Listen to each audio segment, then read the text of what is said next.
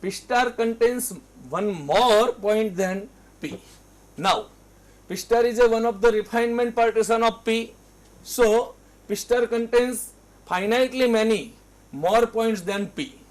Suppose the points we can consider in K points more than P. So, we can have to repeat this argument K times, and then we get finally this is holes, and it means that we get for any refinement partition P star of P, LP star F alpha minus LP F alpha is greater than or equal to 0. Therefore, LP F alpha is less than or equal to LP star F alpha. Now, analogous way we can always prove that for the UPF. Analogously, we can have to say that UP star F alpha is less than or equal to UP F alpha. I give this is an exercise for you. Okay. So, I think the theorem 1 is proved. Now, see the next slide. Now, we are interested to prove in this theorem integral lower integral a to b f d alpha is less than or equal to upper integral f d alpha. Now, we can have to prove it is by using the first theorem.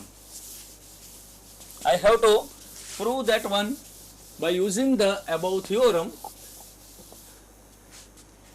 See here, you can have to say consider P is one of the common refinement of two partitions P1 and P2.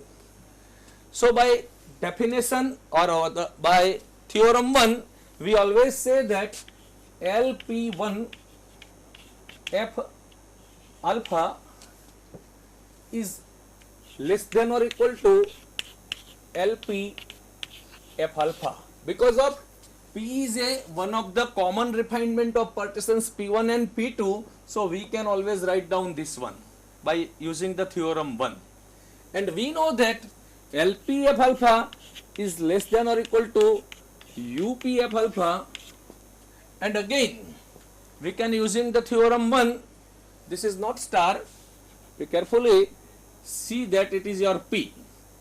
Now, by using the same theorem, you can have to say that UP star F alpha.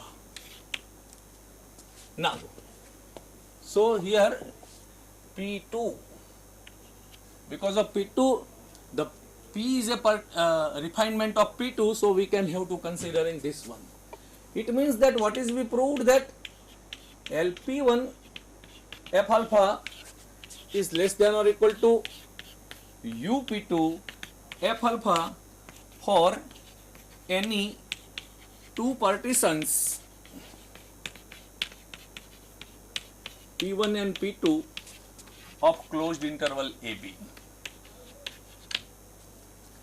So, this is one of the identity we can prove. Now, we can have to fixing the partition P2 and taking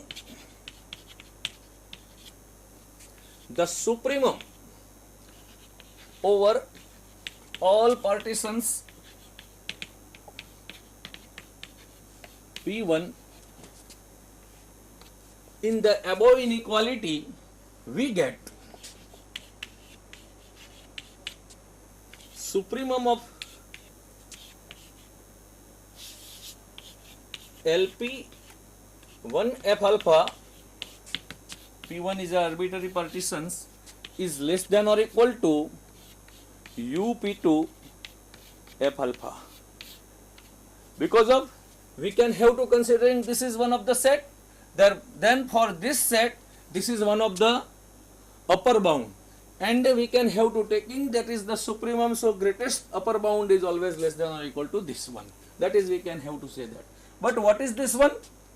It is nothing but the lower integral of f d alpha. So what is here? We proved that the lower integral of f d alpha is less than or equal to up2 f alpha. Now we can have to taking infimum over all partitions P2, then we get lower integral a to b f d alpha is less than or equal to infimum of up2 f alpha, where P2 is arbitrary partitions. We know that this is one of the set of numbers. This set of numbers has, this is one of the lower bound, and we can have to take it its greatest lower bound, which is, we know that it is infimum of this set. So infimum is always greater than or equal to this one, and what is we can have to say? Infimum is nothing but equal to upper integral of f d alpha, and hence we can prove that lower integral f d alpha is less than or equal to upper integral f d alpha. Now we see the next slide. Okay. Now we are interested to prove one of the third theorem, that is nothing but a equivalent definition of Riemann-Stieltjes integral. Here we can see that is the statement f is Riemann-Stieltjes integrable on AB if and only for every epsilon greater than 0 there exists a partition P of AB such that UPF alpha minus LPF alpha less than epsilon. Next slide. See the proof. I think you can understand the first case. For every partition P, we have UPF alpha is less than or equal to LPF alpha is less than or equal to the lower integral f d alpha, because of lower integral f d alpha is the supremum of all LPF alpha. So we can always say that, and moreover by this theorem we can say that it is less than or equal to upper integral f d alpha, and upper integral f d alpha is the infimum of all UPFs, so it is less than or equal to UPF alpha. Thus we can have to say that UPF alpha minus LPF alpha, if we can saying it is less than epsilon for given epsilon greater than 0 and for some partition P, if it is true, then it implies that the upper integral of f d alpha and lower integral f d alpha is always positive, non-negative, and it is less than UPF alpha minus LPF alpha, and so it is less than epsilon. And here we can considering epsilon greater than 0 being arbitrarily small, so we can have these two upper and lower integral are equal, and hence f is Riemann-Stieltjes integrable function on closed interval AB. So I think the first part is here proved. Next slide.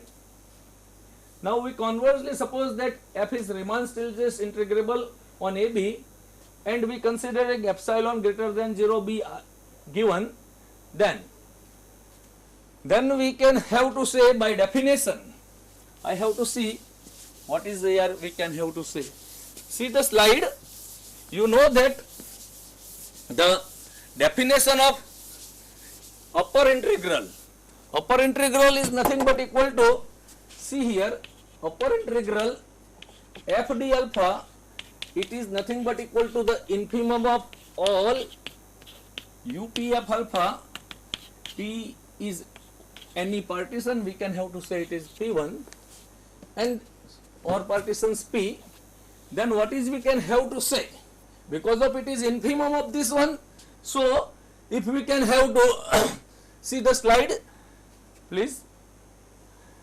So if we can have to say, you can have one UPF alpha for some partitions P2 P2F alpha.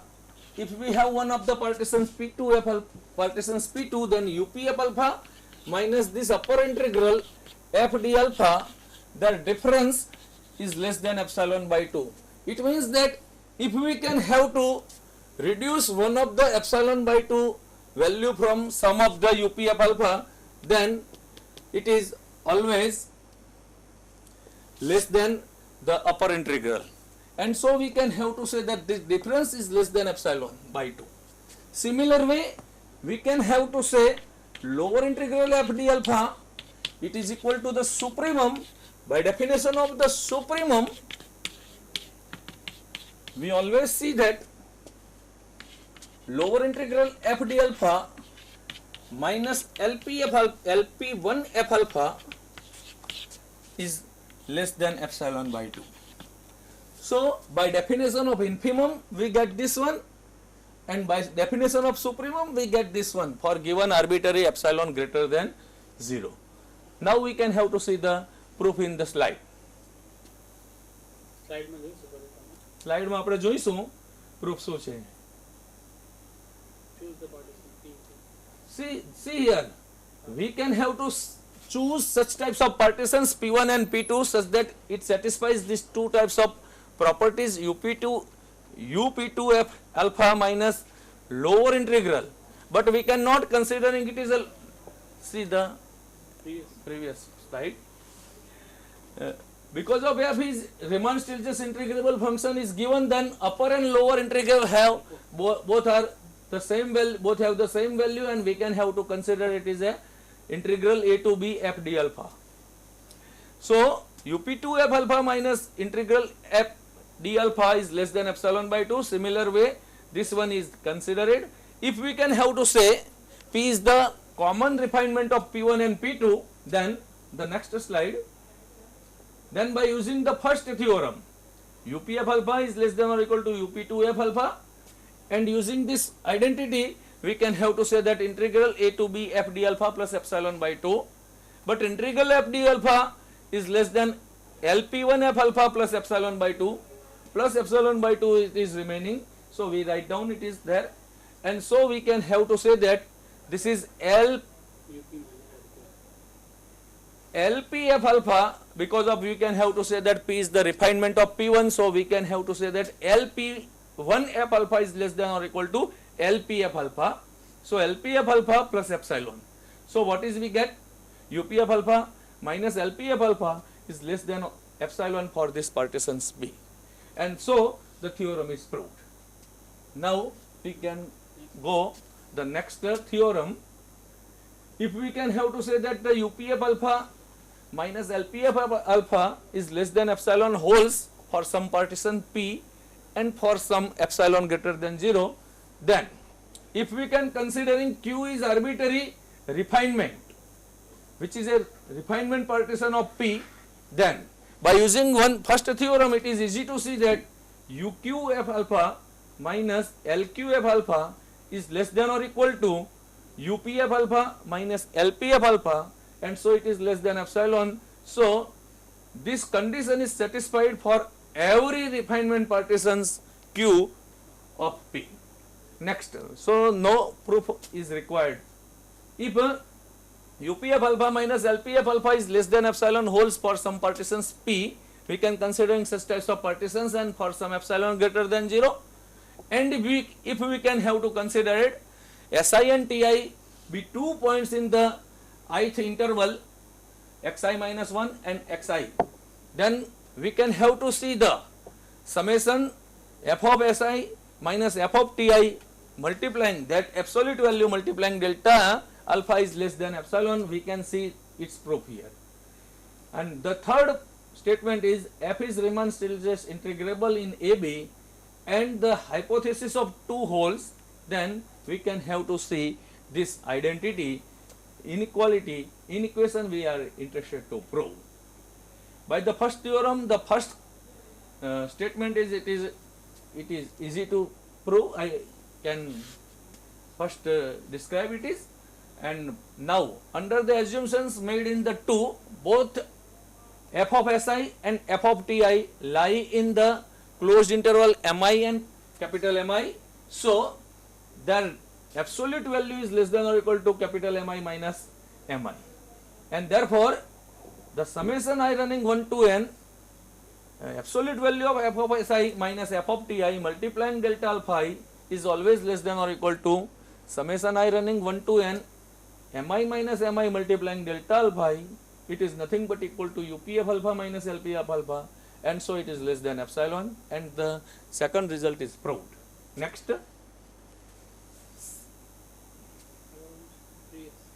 previous. Since we know that Ti is a one of the point of xi minus 1 and xi, so f of Ti is less than or equal to capital Mi, and f of Ti is greater than or equal to small mi. And if we multiplying delta alpha I to these equations and taking the summation I running 1 to n, then we get LPF alpha is less than or equal to sigma I running 1 to n, FTI delta alpha is less than or equal to UPF alpha. And we know that the LPF alpha, their supremum is the lower integral, and the lower integral it is equal to upper integral. We can have to say that it is the integral of f, and upper integral is less than or equal to UPF alpha. So in between LPF alpha and UPF alpha, the integral f d alpha is lies. And so by these two equations we can have to taking their absolute values, the summation I running 1 to n fi delta fti delta alpha I minus integral a to b f d alpha, their absolute value is less than or equal to UPF alpha minus LP alpha, and so it is less than epsilon. So the third statement is proved. Now we can see the next theorem that is very, very important for us. This is the necessary condition for the Riemann integrability. See here, what is the necessary condition for the Riemann integrability? So we know that if f is bounded and alpha is monotonically increasing, that is we consider it. Now if we can have to say f is continuous in AB, then every continuous function is Riemann-Stieltjes integrable. That is here we have to prove as a theorem 4. To prove this one, we can have to utilize the equivalent definition which is proved in the theorem 2. See here, let epsilon greater than 0 be given, choose because of the alpha b minus alpha a is one of the positive integer, positive number, and so we can choose one of the eta greater than 0 such that alpha b minus alpha a, it is multiplied with eta is less than epsilon. Such types of eta we can have to choose.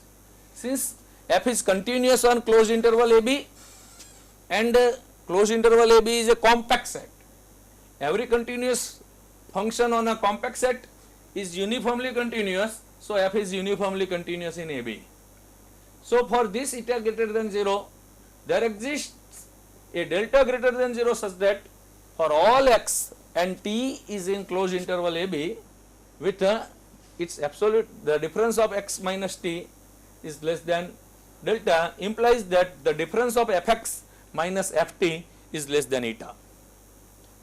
Now if we consider P is one of the partition of closed interval AB such that the delta xi, which is the distance of the ith interval, is less than delta for all I, then capital Mi minus Mi is less than or equal to eta for all I. And so UPF alpha minus LPF alpha, it is equal to the summation I running 1 to n capital Mi minus Mi delta alpha I is less than or equal to eta times summation I running 1 to n delta alpha I. But delta alpha is nothing but equal to summation I running 1 to n delta alpha is nothing but equal to alpha b minus alpha a. So it is nothing but equal to eta times alpha b minus alpha a. And we know that by the assumptions of eta, we can have to say that this is less than epsilon. And so we proved that for some partitions P, UPF alpha minus LPF alpha is less than epsilon, so f is Riemann-Stieltjes integrable function on AB. So every continuous function is Riemann integrable. That is one of the first necessary conditions here we proved. Now we are interested to prove the second necessary conditions for the Riemann integrability. Suppose function f is monotonic in AB. So there are two possibilities. Monotonic, it means that it is increasing or decreasing. I have to prove this is for increasing functions. Analogously, you can prove the case for the monotonically decreasing. So that is one of the exercise for you.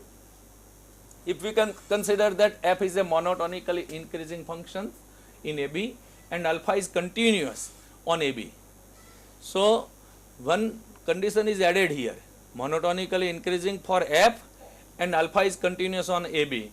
Then we are interested to prove that f is Riemann integrable on AB. We can also prove it is by equivalent definition. Let epsilon greater than 0 be given